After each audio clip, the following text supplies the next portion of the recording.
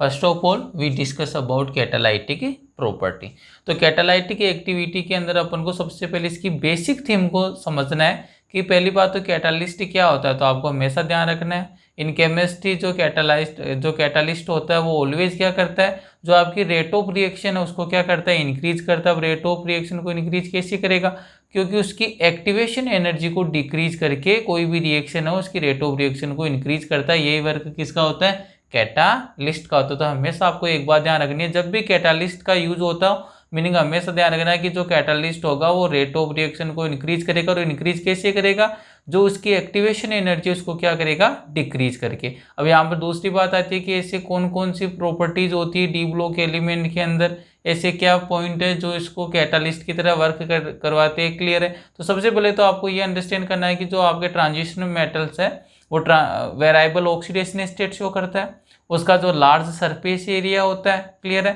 Third वाली क्या होता है, हो जाएगा उसका जो ability to form complex meaning जो संकुल बनाने की प्रवृत्ति होती है। क्लियर है। तो ये वाली जो कंडीशंस है वो क्या करते हैं, आपके ट्रांजिशन मेटल्स को कैटालिस्ट की तरह वर्क करवाते हैं। तो सबसे पहले थीम को समझिए, ये एक सिंपल जो पोटेंशियल एनर्जी के डायग्राम से आपको अंडरस्टैंड करवाता हूँ मैं इस कैटालिस्ट का रोल। तो ये देखिए एक मैं ग्राफ बना रहा हूँ, ये ग्राफ आपके यहाँ पर तो ले ली मैंने पोटेंशियल एनर्जी, और यहाँ पर आगे आपके reaction progress.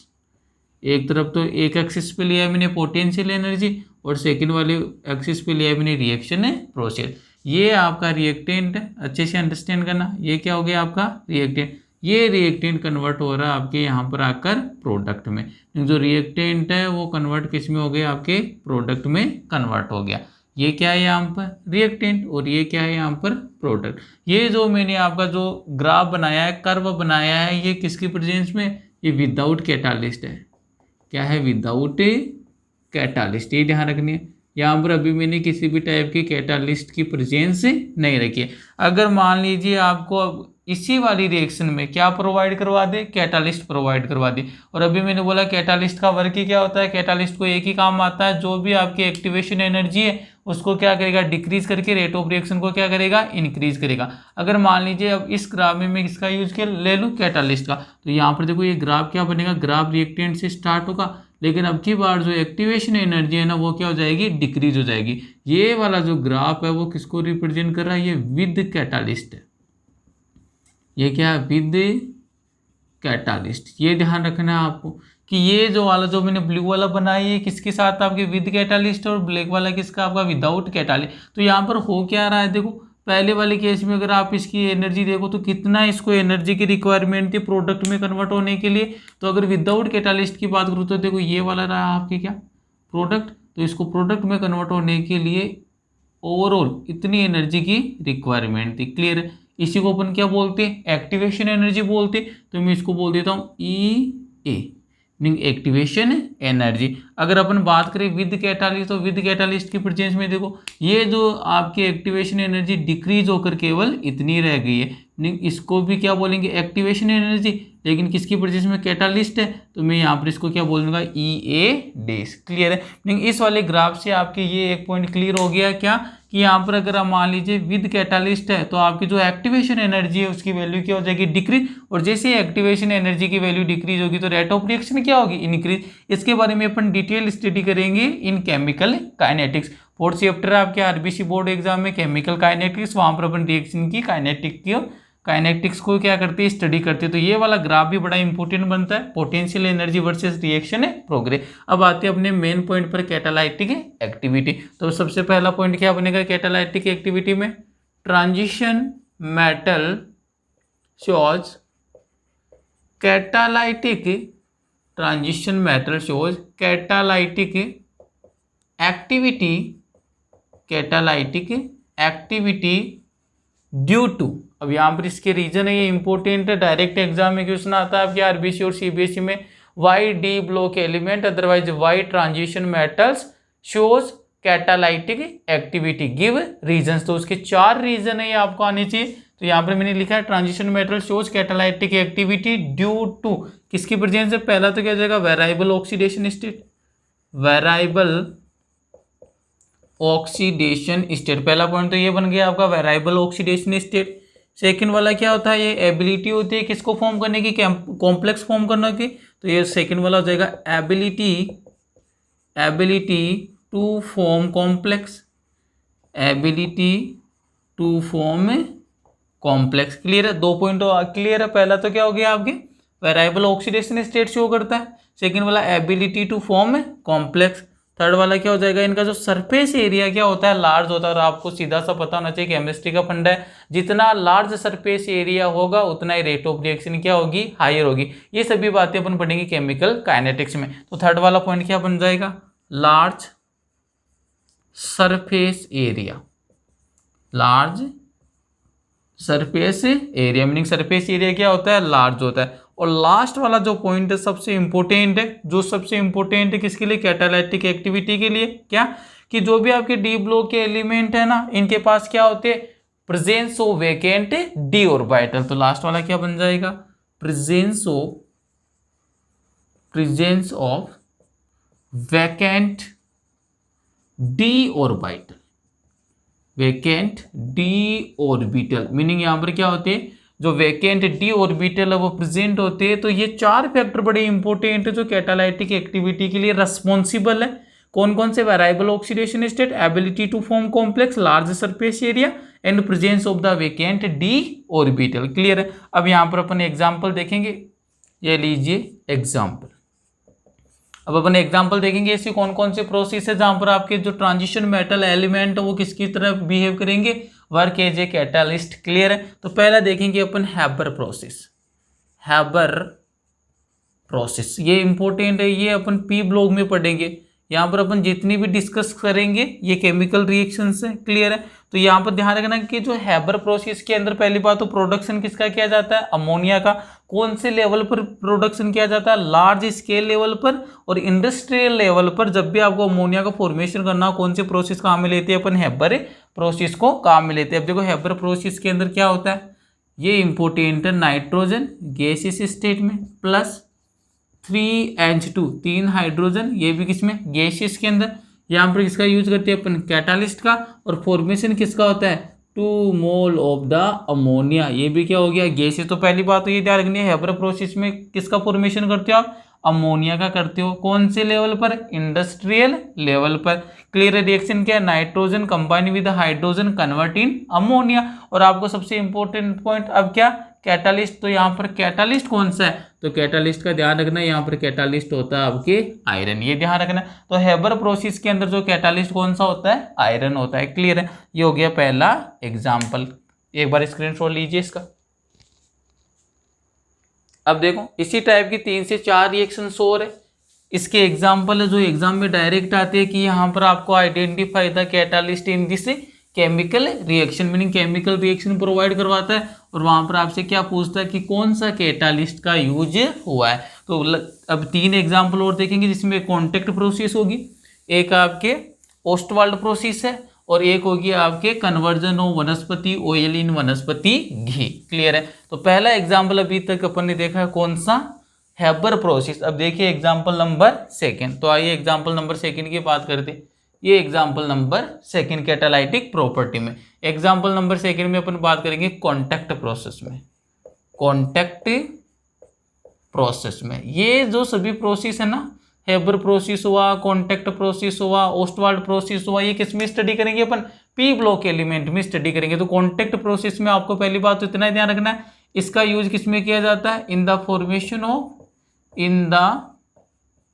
Formation of sulphuric acid, in the formation of sulphuric अम्ल मीनिंग H2SO4। ये ध्यान रखना है कि जो कॉन्टैक्ट प्रोसेस है वो किसके लिए वैलिड होती है, इसके अंदर अपन किसका फॉर्मेशन करते हैं, सल्फ्यूरिक एसिड मीनिंग H2SO4 का फॉर्मेशन करते हैं। रिएक्शन क्या होगी कॉन्टैक्ट प्रोसेस वाली, ये ध्यान रखनी है। SO2 सल्फर डाइऑक्साइड गैस होता है प्लस ऑक्सीजन, ये भी गैसियस फॉर्म में। यहाँ पर कैटालिस्ट का यूज करेंगे अपन। क्लियर है। और ये कन्वर्ट हो जाएगा 2 molecule of sulphur trioxide gas.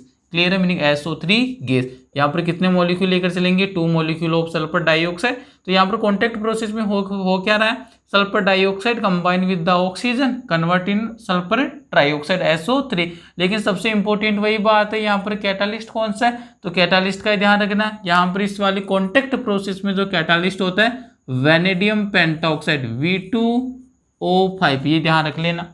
कौन सा कैटालिस्ट होता है? वेनेडियम में पेंटाऑक्साइड मीनिंग V2O5 है, वो एज ए कैटालिस्ट वर्क करता है किसमें? कॉन्टैक्ट प्रोसेस के अंदर। ये हो गया example number second. Example number third लीजिए। एग्जाम्पल नंबर थर्ड है आपके ओस्टवाल्ड प्रोसेस। Ostwald process. अब पहली बात तो ये ध्यान रखना कि ओस्टवाल्ड प्रोसेस तो वो किसके लिए यूज करते हैं? ये आपके सल्फ्यूरिक एसिड के फॉर्मेशन में आने वाली तो कौन सी होगी? Contact process. और ओस्टवाल्ड प्रोसेस किसके फॉर्मेशन में काम आती है? In the formation of nitric acid HNO3 meaning जब भी आपको HNO3 नाइट्रिक एसिड का फॉर्मेशन करना हो कौन सा मेथड यूज में लेते हो? Ostwald process. यहाँ पर क्या होता है? अमोनिया का कैटालाइटिक ऑक्सीडेशन। तो देखिए रिएक्शन क्या बनेगी? रिएक्शन होती है 4 molecule of ammonia plus 5 molecule of oxygen. ये गैस है, ये ऑक्सीजन भी क्या होती है? गैसियस होती है। कैटालिस्ट का यूज करेंगे और किस में कन्वर्ट कर देंगे इसका? ऑक्सीडेशन, नाइट्रोजन ऑक्साइड NO हो जाएगा plus 6 molecule of H2O। But अपने लिए इंपॉर्टेंट क्या है सबसे? कैटालिस्ट। तो यहाँ पर कैटालिस्ट कौन सा होता है? ये ध्यान रखना, प्लेटिनम। कैटालिस्ट कौन सा होता है आपके? प्लेटिनम होता है, ये ध्यान रखना है। और टेम्परेचर होता है यहाँ पर 800 डिग्री सेल्सियस। तो इंपॉर्टेंट यही है अपने पास। देखो ओस्टवाल्ड है, कॉन्टैक्ट है, हेबर प्रोसेस है। डिटेल में स्टडी कहाँ पर करेंगे? पी ब्लॉक एलिमेंट में। आपको तो यही ध्यान रखना है। यहाँ पर ओस्टवाल्ड प्रोसेस किसके फॉर्मेशन में अपन काम में लेते हैं? नाइट्रिक एसिड में। स्टेप कौन सा है? Catalytic oxidation of the ammonia meaning ammonia की रिएक्शन ऑक्सीजन के साथ इन the presence of platinum and 800 degree Celsius temperature convert in nitrogen oxide meaning जो यहाँ पर अमोनिया वो नाइट्रिक ऑक्साइड में क्या हो जाएगा? आपका कन्वर्ट हो जाएगा। ये हो गया आपके ओस्टवाल्ड प्रोसेस। नेक्स्ट वाला जो एग्जाम्पल लेते हैं अपन इसी के अंदर, ये लीजिए। कॉन्टैक्ट हो गया, ओस्टवाल्ड हो गया, हेबर प्रोसेस हो गया। नेक्स्ट वाला होता है आपके कन्वर्जन ऑफ वनस्पति ऑयल इन वनस्पति घी। तो ये भी ध्यान रखना आपको। ये लीजिए, कन्वर्जन ऑफ वनस्पति ऑयल टू इंटू करो इसको, कन्वर्जन ऑफ वनस्पति ऑयल इंटू वनस्पति घी। जो भी आपके वनस्पति ऑयल होता है आपको किसमें कन्वर्ट करना है? वनस्पति घी में कन्वर्ट करना है। तो आइए रिएक्शन किस टाइप से होगी? रिएक्शन होगी आपके RCH double bond CHCOOR meaning क्या होता है? जो भी आपका वनस्पति ऑयल होता है ना वो क्या होता है? अनसैचुरेटेड एस्टर होता है। COOR तो क्या हो गया? एस्टर। और अनसैचुरेशन का मीनिंग क्या आएगा? कार्बन कार्बन के मिड में या तो डबल बॉन्ड आएगा, अदरवाइज क्या आएगा? Triple bond. तो यहाँ पर कार्बन कार्बन के मिड में कौन सा आ रहा है? Double bond. नहीं, ये कंपाउंड कौन सा है? अनसैचुरेटेड। साथ में कैसा है? एस्टर। तो आपके अनसैचुरेटेड जो एस्टर होता है इसी को आप क्या बोलते हो? वनस्पति ऑयल बोलते हो, वनस्पति ऑयल। तो ये बात ध्यान रखनी है। कैसा होता है? अनसैचुरेट होता है, अनसैचुरेट। तो ये ध्यान रखना, अनसैचुरेट एस्टर होता है। क्लियर है? वनस्पति ऑयल। इसका क्या करवाना आपको? हाइड्रोजनेशन करवाना है, H2 के साथ रिएक्शन करवानी है। और वही बात इंपॉर्टेंट आती है, यहाँ पर किसका यूज करोगे? यहाँ पे कैटालिस्ट का। तो कैटालिस्ट क्या हो जाएगा? मैंने बताया था स्टार्टिंग में जब अपन ने डी ब्लॉक स्टार्ट किया था, कैटालाइटिक हाइड्रोजनेशन के लिए निकल, प्लेटिनम और पैलेडियम का यूज लेती है। तो यहाँ पर कैटालिस्ट की तरह जो बिहेव करेगा वो कौन होता है? निकल, Na होता है। क्लियर है? तो यहाँ पर देखो क्या हो जाएगा। अब रिएक्शन की थीम भी समझा देता हूँ। सिखा रखा है मैंने, multiple bonds are always responsible for addition reaction. Hydrogen का क्या करना है? एडिशन मीनिंग इस वाले एक बॉन्ड को क्या कर दो? ब्रेक डाउन कर दो। इधर भी एक वैलेंसी जनरेट हो गई, इधर भी एक वैलेंसी जनरेट हो गई, और हाइड्रोजन हाइड्रोजन वाला बॉन्ड ब्रेक डाउन कर दो। तो यहाँ पर क्या देखो प्रोडक्ट क्या बन जाएगा आपका? ये बनेगा RCH single bond CHCOOR। Clear है? एक वैलेंसी इधर जनरेट कर दी थी, एक वैलेंसी इधर जनरेट कर दी थी। एडिशन किसका हो जाएगा? हाइड्रोजन का। तो ये लीजिए, यहाँ पर भी H आ गया और यहाँ पर भी क्या आ गया? H आ गया। अब एक इंपॉर्टेंट देखो बात, यहाँ पर वनस्पति ऑयल कैसा था? अनसैचुरेटेड। लेकिन वहां पर आपको कार्बन कार्बन की मिड में डबल बॉन्ड दिख रहा है क्या? नहीं दिख रहा है, क्योंकि कार्बन कार्बन जो डबल बॉन्ड वो कन्वर्ट हो गया कार्बन कार्बन सिंगल बॉन्ड में। मीनिंग क्या हो गया कि जो भी आपका वनस्पति ऑयल होता है वो तो क्या होता है? अनसैचुरेट होता है। लेकिन जो फॉर्मेशन हो रहा है आपके वनस्पति घी का वो कैसा होगा? सैचुरेट होगा। तो ये आपने बना दिया यहाँ पर वनस्पति घी। क्लियर है? तो तो ये बन गया वनस्पति घी का फॉर्मेशन हो गया। और वनस्पति जो घी होता है वो कैसा होता है आपका, सेचुरेटेड है या अनसेचुरेटेड, तो ऊपर लिख देता हूँ मैं, आप नीचे लिख लेना यहाँ पर, ये कैसा होता है आपका, सैचुरेटेड होता है। क्लियर है। तो ये वाला एग्जाम्पल भी ध्यान रखना है कि जब भी आपको वनस्पति ऑयल को कन्वर्ट करवाना होता है वनस्पति घी में, तो in the presence of nickel catalyst होता है, वहां पर हाइड्रोजिनेशन करवाते हो, catalytic hydrogenation of the unsaturated ester, और ये किस में कन्वर्ट हो जाता है, आपके वनस्पति घी में कन्वर्ट हो जाता है। एक बार स्क्रीनशॉट लीजिए इसका। क्लियर है यहाँ तक। अब लास्ट एग्जाम्पल बचता है आपकी कैटालाइटिक एक्टिविटी के अंदर, लास्ट एग्जाम्पल है पॉलीमराइजेशन का एग्जाम्पल है, जिसमें अपन किसका फॉर्मेशन करते हैं, इथीन का फॉर्मेशन करते हैं। तो लास्ट एग्जाम्पल है कैटालाइटिक एक्टिविटी के अंदर, एग्जाम्पल नंबर 5 है, और वो कौन सा है, in the formation of polythene या पॉलीमराइजेशन ऑफ इथीन। क्लियर है। तो अब इस एग्जाम्पल को देखेंगे, यहाँ पर कैटालिस्ट कौन सा यूज होता है, और ये कैटालिस्ट सबसे इंपॉर्टेंट है, काफी टाइम आपके कॉम्पिटिशन एग्जाम में भी पूछा जाता है। तो ये देखो लास्ट वाला है अपने पास एग्जाम्पल, पॉलीमराइजेशन ऑफ इथीन। ये ध्यान रखना है, जो भी आपकी इथीन है इसका क्या करवाती हो, पॉलीमराइज करवाती है इसको। तो यहाँ पर देखो इथीन क्या होती है, पहली बात तो CH2 डबल बॉन्ड CH2, ये क्या हो गया आपके इथीन हो गया।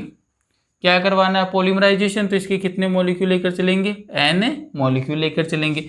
ये लीजिए सबसे इंपॉर्टेंट बात, यहाँ पर किसका यूज करेंगे, कैटालिस्ट, और यहाँ पर प्रोडक्ट क्या बनेगा, देखो यहाँ पर क्या करना है, CH2 डबल बॉन्ड कन्वर्ट हो गया सिंगल बॉन्ड में। क्लियर है। दोनों तरफ क्या हो जाएगी, वैलेंसी जनरेट, और यहाँ पर N आ जाएगा, मीनिंग चेन बन जाएगी। क्लियर है। तो यहाँ पर अब देखो यहाँ पर कैटालिस्ट कौन सा होता है, बड़ा इंपॉर्टेंट कैटालिस्ट है, लिख रहा हूँ मैं यहाँ पर, कैटालिस्ट है titanium tetrachloride, meaning TiCl4 plus aluminium try ethyl ET3। ये ध्यान रखना बड़ा इंपॉर्टेंट है, ये जो कॉम्बिनेशन है ना, titanium tetrachloride and aluminium try ethyl, इसको कंबाइंड रूप से अपन क्या बोलते हैं, जिगलर नाटा कैटालिस्ट। तो ये ध्यान रखना कि जब भी आप बात करते हो, ये तो कौन सा था, इथीन, और यहाँ पर किसका फॉर्मेशन हो गया, पॉलीथीन का फॉर्मेशन हो गया, पॉलीथीन का। ये तो N मॉलिक्यूल ऑफ इथीन, और यहाँ पर अब N मॉलिक्यूल नहीं रहकर क्या बन जाती है, इनकी चेन बन जाती है।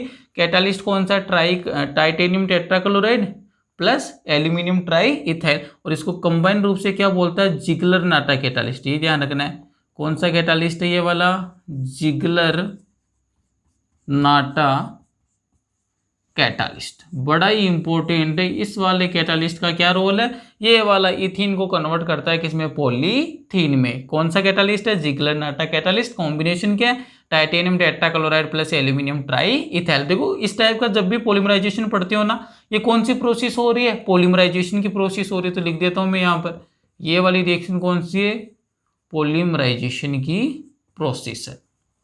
और जब भी अनसैचुरेटेड वाला आता है ना, पॉलीमराइजेशन में आपको एक ही वर्क करवाना है, डबल बॉन्ड को ब्रेक डाउन कर दो, ट्रिपल बॉन्ड दो, ट्रिपल बॉन्ड को ब्रेक डाउन कर दो, और दोनों तरफ क्या कर दो, वैलेंसी जनरेट कर दो। तो यहाँ पर डबल बॉन्ड है, मैंने इसको ब्रेक डाउन किया, इधर एक वैलेंसी जनरेट हो गई, इधर एक वैलेंसी, तो देखो मैंने यही तो किया, CH2 सिंगल बॉन्ड CH2, दोनों तरफ वैलेंसी को जनरेट कर दिया।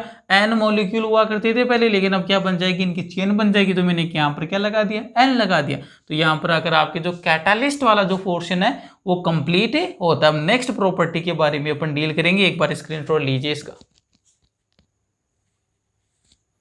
क्लियर है। अब नेक्स्ट वाली जो प्रॉपर्टी पढ़ेंगे अपन, वो वाली है अपने पास एलॉय फॉर्मेशन, मीनिंग किस टाइप से जो ट्रांजिशन मेटल के जो एलिमेंट होते हैं वो आपके एलॉयज का फॉर्मेशन करते हैं। क्लियर है। तो नेक्स्ट वाली जो प्रॉपर्टी आ रही है आपके पास कौन सी है, एलॉय फॉर्मेशन। ये लीजिए नई हेडिंग है, आपके प्रॉपर्टी पढ़ रही है डी ब्लॉक की, और उसमें पढ़ेंगे अपन alloys formation. Alloys formation meaning आपको एलॉयज का फॉर्मेशन करना है। अब एलॉयज का फॉर्मेशन कैसे करना है, ये देखो, पहले स्टेप बाय स्टेप देखते हैं, इसकी बेसिक थीम है उसको अंडरस्टैंड करते हैं। पहली बात तो आप ये समझो कि एलॉयज क्या होती है। तो आपको हमेशा ध्यान रखना है क्या, कि जो भी एलॉयज है वो क्या होती है, एक्चुअली में mixture of the elements, meaning आपके एक से ज्यादा एलिमेंट्स का क्या होता है, मिक्सचर होता है। और साथ में ये भी ध्यान रखना है, मिक्सचर कैसा होना चाहिए, होमोजीनियस मिक्सचर होना चाहिए। ऐसा नहीं है एक एलिमेंट आपको अलग दिखाई दे रहा है, सेकंड वाला एलिमेंट आपको अलग दिखाई दे रहा है, तो उसको अपने एलॉयज नहीं बोलेंगे। तो सीधा सा फंडामेंटल बेस क्या हो गया इस वाले एलॉयज का, alloys what is the meaning of the alloys, alloys are the mixture of the elements. और कौन सा मिक्सचर होता है? होमोजीनियस मिक्सचर होता है। अब एलॉयज का फॉर्मेशन क्यों होता है? तो ध्यान से समझो कि जब भी ट्रांजिशन मेटल एलिमेंट का क्रिस्टलेटिस होता है तो वहां पर एक मेटल है वो दूसरी मेटल को क्या करती है? सब्सटीट्यूट करती है, और इसी के कारण जो क्रिस्टलेटिस के अंदर एक से ज्यादा मेटल्स आ जाती है और उनका मिक्सचर बन जाता है, उसी को अपन क्या बोलते हैं? एलॉयज फॉर्मेशन बोलते हैं। क्लियर है? तो सबसे इंपॉर्टेंट बात है कि यहाँ पर एलॉयज का फॉर्मेशन क्यों हो रहा है? क्योंकि जो ट्रांजिशन मेटल्स है ना, इनका जो साइज है उसमें ज्यादा डिफरेंट नहीं होता है। मीनिंग क्या होता है? क्वाइट सिमिलर, मीनिंग ऑलमोस्ट क्या होता है? साइज सेम होता है। क्लियर है? इसीलिए एक मेटल है वो दूसरे मेटल को क्या कर सकती है? सब्सटीट्यूट कर सकती है। तो यहाँ पर इसका सबसे इंपॉर्टेंट स्टेटमेंट क्या बनेगा? Transition metal elements form alloys due to similar ionic radii. Meaning इनकी जो आयोनिक रेडियाई होती है वो क्या होती है? सिमिलर होती है, और इसी के कारण किसका फॉर्मेशन होता है? एलॉयज का फॉर्मेशन होता है। आइए एक एक पॉइंट को स्टेप बाय स्टेप देखते हैं। पहली बात तो एलॉयज फॉर्मेशन के अंदर पहला पॉइंट क्या बोलूंगा? Mixture of the element. ये ध्यान रखना है। पहला पॉइंट तो एलॉयज का मीनिंग क्या हो गया? Mixture of elements. Mixture of elements meaning जो भी आपके एलिमेंट्स का मिक्सचर, आप उसी को क्या बोलते हो? एलॉयज बोलते हो। सेकंड सबसे इंपॉर्टेंट पॉइंट है क्या? कि एलॉयज फॉर्मेशन के लिए रेस्पॉन्सिबल कौन है? Due to the similar ionic radii. तो यहां पर देखो, transition metal forms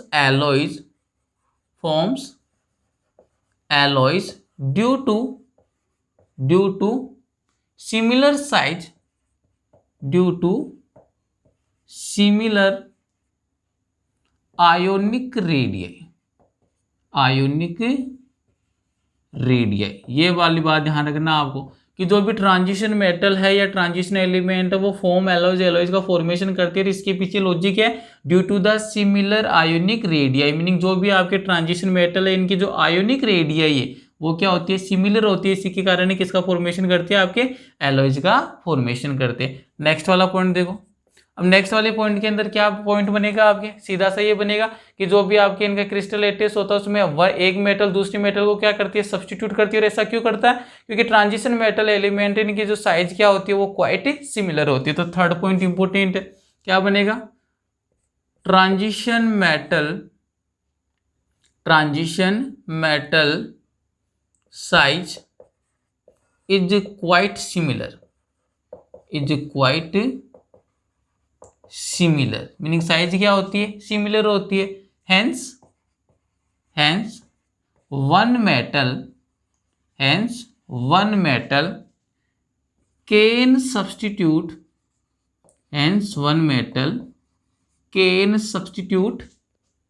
other metal in crystal lettuce. Clear है? मीनिंग क्या हो जाएगा? जो भी ट्रांजिशन मेटल है उनकी साइज क्या होती है? Quite similar. और साइज क्वाइट सिमिलर होने के कारण ही क्या होता है कि यहाँ पर आपके जो भी एक मेटल है, हेंस इसलिए one metal can substitute another या other metal in crystal lattice. Meaning जो भी क्रिस्टल लेटिस है उसमें एक मेटल को रिप्लेस कौन कर देगा? दूसरी वाली मेटल। मीनिंग क्या बन गया? Mixture of element. और मिक्सचर ऑफ एलिमेंट को क्या बोलते हैं आप? एलॉयज बोलते हैं। ऐसा क्यों हो रहा है? क्योंकि इनकी जो आयोनिक रेडियाई होती है ट्रांजिशन मेटल एलिमेंट की वो क्या होती है? ऑलमोस्ट सेम होती है। नेक्स्ट वाला पॉइंट, थर्ड पॉइंट देखिए, इसके अंदर जो ट्रांजिशन मेटल एलिमेंट से बिलोंग करता है, एलॉयज अब इनके बॉइलिंग पॉइंट से रिलेट है ये वाला पॉइंट इनका। तो क्या होता है? जो भी आपके एलॉयज का फॉर्मेशन होगा इनका बॉइलिंग पॉइंट और मेल्टिंग पॉइंट क्या होगा? हाई होगा। क्लियर है? और साथ में ये कैसे होंगे? हार्ड होंगे। क्लियर है? तो एलॉयज आर स्ट्रॉन्ग। पहली बात तो कैसे होंगे? स्ट्रॉन्ग होंगे। कैसे होंगे? हार्ड होंगे। And having high melting and boiling point. Melting point. तो ये वाला पॉइंट भी ध्यान रखना। जो भी एलॉयज बनेगा स्ट्रॉन्ग होगा, हार्ड होगा, साथ में उसका मेल्टिंग और बॉइलिंग पॉइंट भी क्या होगा? हाई होगा। क्लियर है? एग्जाम्पल देखो भी इसके, ये लीजिए एग्जाम्पल किसके देख रहे हैं अपन? एलॉयज के। तो एग्जाम्पल देखो, पहला एग्जाम्पल तो आता है आपके ब्रोंज का, ठीक है। फिर एग्जाम्पल आता है एक आपके ब्रास का, ठीक है। इसके बाद में आता है फिर आपके गन मेटल का, और गन मेटल अदरवाइज इसको एक और नाम से जाना जाता है बेल मेटल। क्लियर है, थर्ड ये हो गया। फोर्थ वाला आएगा आपके स्टेनलेस स्टील का, स्टेनलेस स्टील। तो ये आपको कुल मिलाकर 4 एग्जाम्पल ध्यान रखने हैं, जो किसके एग्जाम्पल है, एलॉयज का, और इनका कॉम्बिनेशन ध्यान रखना है, कौन कौन सी मेटल का कॉम्बिनेशन है, मीनिंग कौन कौन सी मेटल का होमोजीनियस मिक्सचर होता है जिसको आप एलॉयज बोलते हैं। तो सबसे पहले बात करते हैं अपन ब्रोंज की। मैंने प्रीवियस लेक्चर में भी बता रखा है, लेकिन यहाँ पर एक बार देख लेना। ब्रोंज में क्या होता है, कॉपर प्लस टिन होता है, Sn, इसी को क्या बोलते हो, ब्रोंज बोलते हो सकता है आपको बहुत सारी बुक में यहाँ पर copper plus tin plus zinc देखने को मिल जाए, क्योंकि यहाँ पर 4% क्या होता है, जिंक भी होता है। क्लियर है, तो यहाँ पर जो मेनली अपन ब्रॉड रूप में बात करें तो ये ब्रॉड रूप में आपको कॉपर प्लस टिन ही ध्यान रखना, अदरवाइज यहाँ पर जिंक भी हो सकता है, वो गलत नहीं है, वो भी क्या है, सही है। क्लियर है, फिर बात करते हैं अपन ब्रास की। तो ब्रास में आता है कॉपर प्लस जिंक आ गया। क्लियर है, नेक्स्ट वाली बात करते हैं अपन gun metal otherwise bell metal की। तो गन मेटल में देखो क्या क्या होता है, कॉपर होता है, जिंक होता है और प्लस टिन, मीनिंग ऊपर वाले तीनों, मीनिंग कॉपर जिंक और टिन, तीनों का जो मिक्सचर होता है उसको क्या बोलते हो, गन मेटल, अदरवाइज कौन सा बोलते हो आप, बेल मेटल बोलते हो। लास्ट वाला देखो स्टेनलेस स्टील। स्टेनलेस स्टील में क्या क्या क्या होता है, कार्बन होता है, आयरन Fe, प्लस होता है आपके निकल एंड क्रोमियम। क्लियर है, तो ये वाली आपको 4 ही एग्जाम्पल है, जब जब आपके कंपटीशन एग्जाम में या फिर आपके आरबीसी और सीबीएसई बोर्ड में आएगा, इन 4 एग्जाम्पल के अलावा नहीं आएगा, तो इनको लर्न कर लेना। ब्रॉन्ज में कॉपर प्लस टिन हो गया, ब्रास में कॉपर प्लस जिंक हो गया, gun metal otherwise bell metal में क्या हो गया आपके कॉपर जिंक और टिन हो गया, और स्टेनलेस स्टील की बात करता है तो वहां पर आयरन निकल और क्रोमियम होता है। साथ में नॉन मेटल भी रहती है, वो कौन सा होता है, कार्बन होता है। ये कहां पर रहता है, इंटरस्टिशियल वॉइड में रहता है, उसकी बात भी अपन करेंगे, उसी पे आ रहा हूं जस्ट मैं नेक्स्ट वाले में। इसका एक बार स्क्रीनशॉट लीजिए। क्लियर है यहां तक। अब लास्ट पॉइंट बचता है अपना यहाँ पर प्रॉपर्टीज के अंदर, लास्ट प्रॉपर्टी है इंटरस्टिशियल कंपाउंड। फिर डी ब्लॉक तो कंप्लीट हो जाएगा, इसके बाद में रहेगा केवल आपके एफ ब्लॉक एलिमेंट। तो डी ब्लॉक एलिमेंट की जो लास्ट प्रॉपर्टी से अपन डील करेंगे, और वो लास्ट प्रॉपर्टी आज है कौन सी, अब लास्ट प्रॉपर्टी के बारे में डिस्कस करेंगे जिसका नाम है इंटरस्टिशियल कंपाउंड। इंटरस्टिशियल कंपाउंड, तो आइए अब देखते हैं इंटरस्टिशियल कंपाउंड क्या होते हैं। तो लास्ट प्रॉपर्टी है आपकी इंटरस्टिशियल कंपाउंड, ये लीजिए इंटरस्टिशियल कंपाउंड्स। अब पहली बात तो देखो वापिस से अपन इसकी बेसिक थीम को समझते कि इंटरस्टिशियल कंपाउंड का मीनिंग क्या होता है, क्या इनकी प्रॉपर्टीज होती है। तो सीधा सा ध्यान रखो, इंटरस्टिशियल कंपाउंड का मीनिंग क्या है, बिल्कुल इजी लैंग्वेज में अंडरस्टैंड करवा देता हूं। जब भी आपके ट्रांजिशन मेटल्स एलिमेंट का क्रिस्टल लैटिस बनता है तो उसके अंदर क्या होता है, थोड़ा सा वेकेंट स्पेस रह जाता है, और जो वेकेंट स्पेस होता है ना उसको अपन बोलते हैं इंटरस्टिशियल वॉइड बोलते हैं। और इंटरस्टिशियल जो वॉइड का साइज है ना वो क्या होता है, स्मॉलर होता है। तो वहां पर क्या होगा, जो भी आपके नॉन मेटल है, कौन से नॉन मेटल जिनकी साइज क्या होती है, स्मॉल होती है, कौन कौन से हो गए, हाइड्रोजन हो गया, कार्बन हो गया, नाइट्रोजन हो गया, ऑक्सीजन एंड बोरॉन। ये 5 जो नॉन मेटल है वो क्या करेंगे, इन इंटरस्टिशियल वॉइड में जाकर फिट हो जाएंगे, और जो कॉम्प्लेक्स जो नया कंपाउंड बनेगा उसको अपन क्या बोल देंगे, इंटरस्टिशियल कंपाउंड बोल देंगे। क्लियर है, इनका भी ये भी क्या होती है, हार्ड होती है। क्लियर है, मेल्टिंग और बॉइलिंग पॉइंट क्या होता है, इनका भी हाई होता है। इनके अंदर क्या होती है आपके मेटेलिक कंडक्टिविटी वो रिटेन रहती है, टेंसाइल स्ट्रेंथ तो क्या हो जाती है, इंक्रीज हो जाती है, लेकिन डक्टिलिटी और एंड मेलेबिलिटी क्या हो जाती है, डिक्रीज हो जाती है। क्लियर है, और केमिकली रूप से क्या होती है, इनर्ट होती है, मीनिंग रिएक्शन नहीं करते। तो मैंने आपको बिल्कुल इजी लैंग्वेज में अंडरस्टैंड करवा दिया। पहली बात तो इंटरस्टिशियल कंपाउंड का फॉर्मेशन क्यों होगा, जो भी आपके क्रिस्टल लैटिस होगा उसमें इंटरस्टिशियल वॉइड है, उसमें स्मॉल साइज के नॉन मेटल जाकर क्या हो जाएंगे, फिक्स हो जाएंगे। किसका फॉर्मेशन हो गया, इंटरस्टिशियल कंपाउंड का। तो आइए पहला पॉइंट देखते हैं इंटरस्टिशियल कंपाउंड में, transition metal forms interstitial compound, interstitial compounds, जो भी ट्रांजिशन एलिमेंट है वो इंटरस्टिशियल कंपाउंड का क्या करते हैं, फॉर्मेशन करते हैं। तो transition metal form interstitial compound due to अब देखो किसके कारण बनाएंगे, मैंने भी क्या बोला, जो भी आपके स्मॉल साइज के नॉन मेटल वो कहां पर चले जाते हैं, इंटरस्टिशियल वॉइड में। तो क्या हो जाएगा, transition metal forms interstitial compound due to the size of interstitial void voids are similar to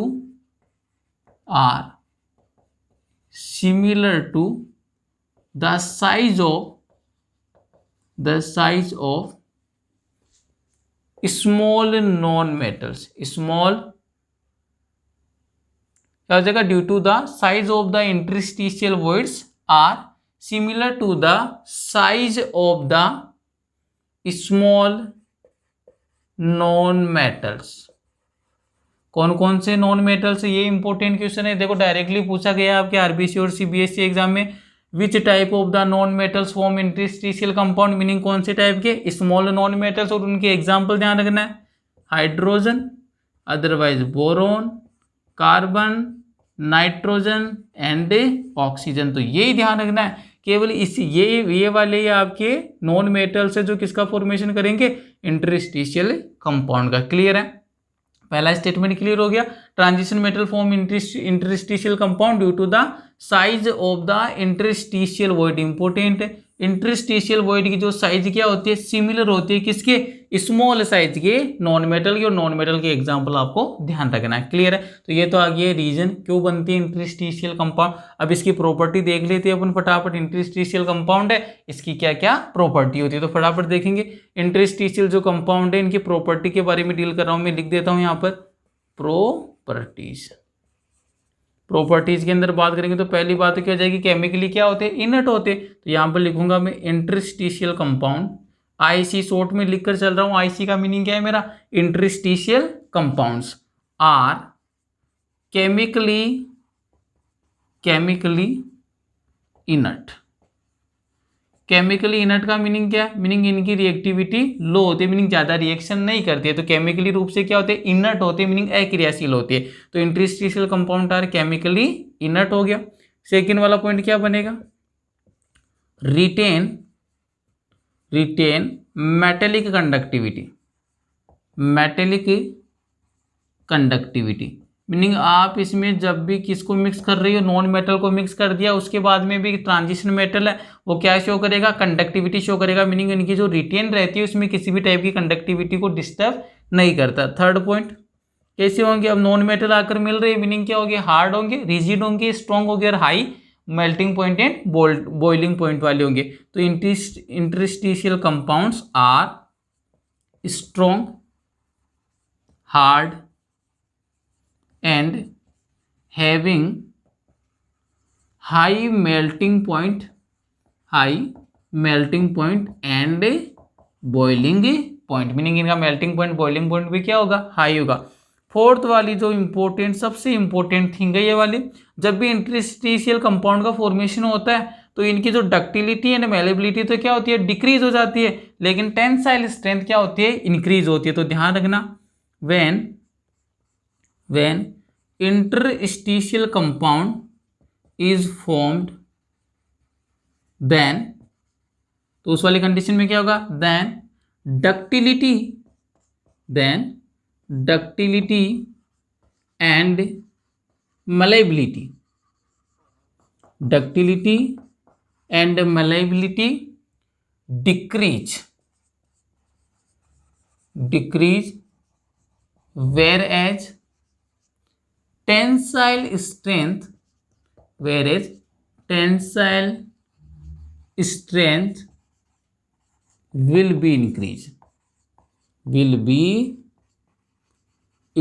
तो ये वाला पॉइंट भी बड़ा इंपॉर्टेंट बनता है कि जब भी आपके इंटरस्टिशियल कंपाउंड का फॉर्मेशन होता है तो वहां पर जो इसकी जो डक्टिलिटी बड़ा इंपॉर्टेंट है, ये कौन कौन सी डिक्रीज हो रही है, डक्टिलिटी एंड जो मलेबिलिटी है वो तो क्या हो जाती है, डिक्रीज हो जाती है, लेकिन कौन सी प्रॉपर्टी है वो इंक्रीज होती है। तो ये ध्यान रखना है, जो टेंसाइल स्ट्रेंथ है वो क्या होती है, इंक्रीज हो जाती है। तो यहाँ पर आकर फिनिश होता है आपके इंटरस्टिशियल कंपाउंड। ये इनकी 3 से 4 प्रॉपर्टीज ध्यान रखनी है, क्योंकि कई बार एग्जाम में डायरेक्ट पूछ लेता है, write down any 2 properties of the interstitial compound, तो वहां पर आपको ये वाली आनी चाहिए। कौन सी नॉन मेटल है, ये वाला क्वेश्चन बन सकता है। Hydrogen, boron, carbon, nitrogen, oxygen, जिनका साइज क्या होता है, स्मॉल होता है, और इसकी डेफिनेशन पूछ सकता है। तो डेफिनेशन में एक ही बात ध्यान रखनी है कि जो भी क्रिस्टल लैटिस का जो इंटरस्टिशियल वॉइड होता है उसकी साइज किसके सिमिलर होती है, स्मॉल साइज वाले नॉन मेटल के। तो इंटरस्टिशियल वॉइड में क्या कर जाती है, ये ऑक्यूपाई कर जाती है, किसका फॉर्मेशन कर देती है, इंटरस्टिशियल